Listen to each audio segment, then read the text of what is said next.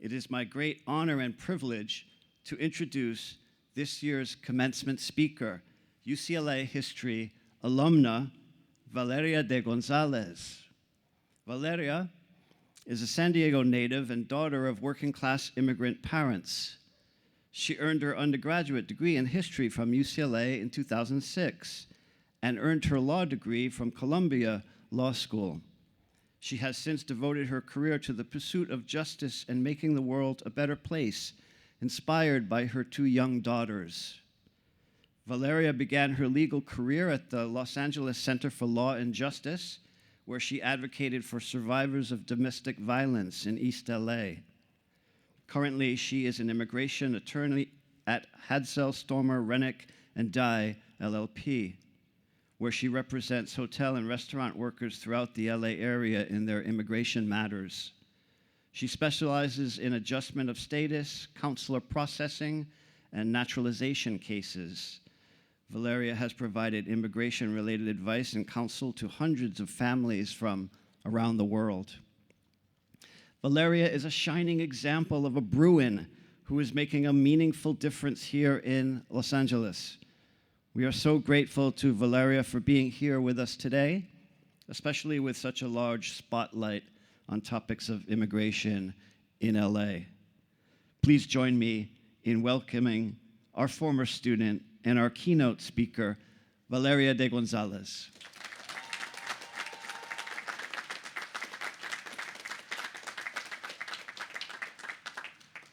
Good morning and congratulations, class of 2025.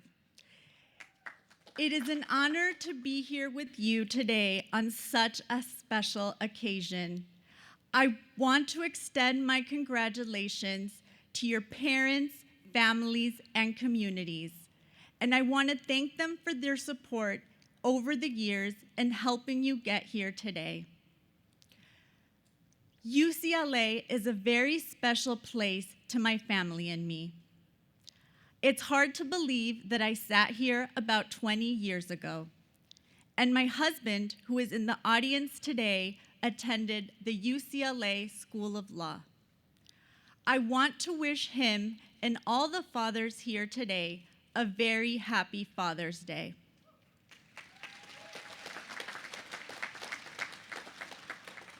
I am here to share a little bit about myself and how being a history major has helped me, and some of the lessons I've learned. But today is really all about you. Class of 2025, you have so much to celebrate. Not only have you worked so hard to meet the academic rigors of this university, but you have also shown resilience and grit in a changing and uncertain world. You've navigated a pandemic, adapted to new ways of learning, witnessed global conflict, and are living through political unrest that feels deeply complex. The world is fractured, but I am genuinely optimistic because I am standing in front of the future leaders, thinkers, and problem solvers that are going to make the world a better place. When you leave this ceremony today, you will be leaving as graduates, ready to carry on the legacy of UCLA and the legacy of this great history department. This department has developed in you something that is more important than ever: the ability to think critically. In a world of impulsive reactions, you know how to pause, reflect, and ask, what is really going on here? You know how to evaluate the full picture. That comes from understanding complexity, weighing evidence, recognizing bias, and resisting the temptation to get easy answers.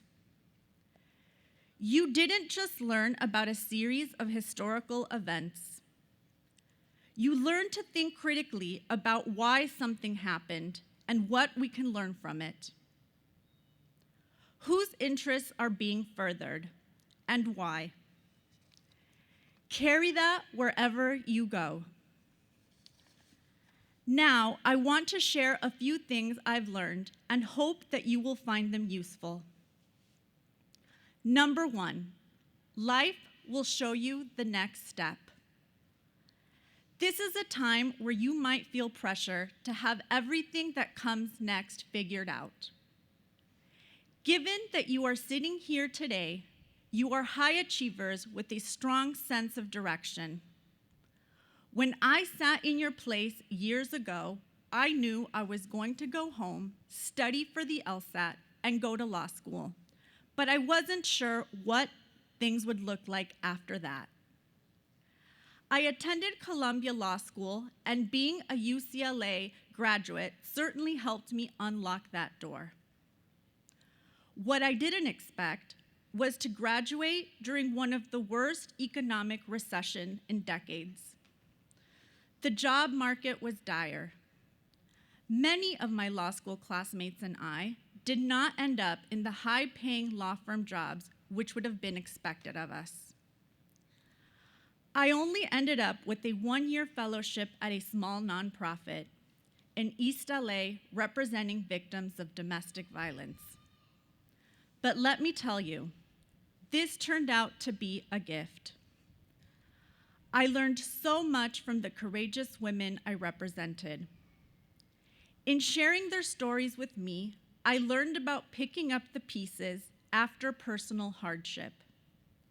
It certainly put things into perspective. I discovered the importance of advocacy in fighting alongside those who need it most. Today, I am an immigration attorney and partner at one of the best civil rights law firms in Southern California. In addition to my own immigration work, my firm has done groundbreaking work on workers' rights, civil rights, and sex discrimination cases. Know that doors will open, even if it's not the ones you expected. Be open and flexible, and you'll end up where you will always meant to be. And maybe the path will be more interesting than you expected, as long as you keep an open mind. Number 2, find work that is meaningful, but know that it won't always be fun. You'll spend much of your waking life at work. That's why it's important to find work that you find fulfilling. In the years ahead, you'll have lots of deadlines, meetings, and long days. But don't be discouraged. Perseverance is what will make you good at your craft. Perseverance will help you see your goals to fruition. I love my immigration work because, like my history major, I get to learn people's stories. What motivated them to take a risk, leave everything they knew behind, and come to this country? I love hearing what goals they have for themselves and for their families. My training in history helps me understand their story in a broader context. Being a history major has made me be a better observer, a better listener, a better advocate. For me, and especially in this political climate, an important part of my job is guiding clients through their most intense fears and anxieties. It isn't easy, but I do it from a place of empathy and compassion, which leads me to my next point.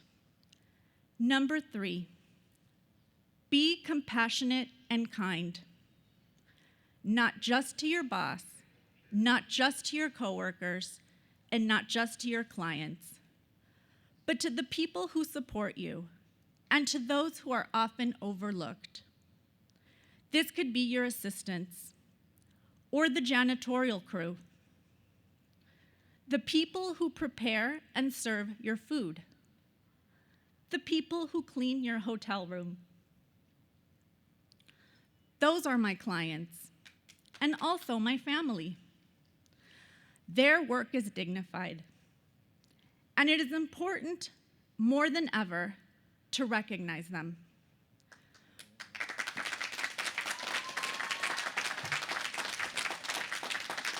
Be a good person. Treat others with respect no matter where you end up. People remember it, and at the end of the day, it matters more than you think. Number 4, the last one, I promise. You are worth more than your professional achievements. Today is a celebration of your educational accomplishments. But remember, you are a whole person. In the years to come, you will have successes, disappointments, happy days, and hard ones. Take time to nurture your personal relationships and the parts of your life outside of work or school that bring you joy, peace, and solace. On the hard days, extend yourself some grace. Thank you for representing the UCLA History Department wherever you go. My best wishes to you. Congratulations, class of 2025. Thank you.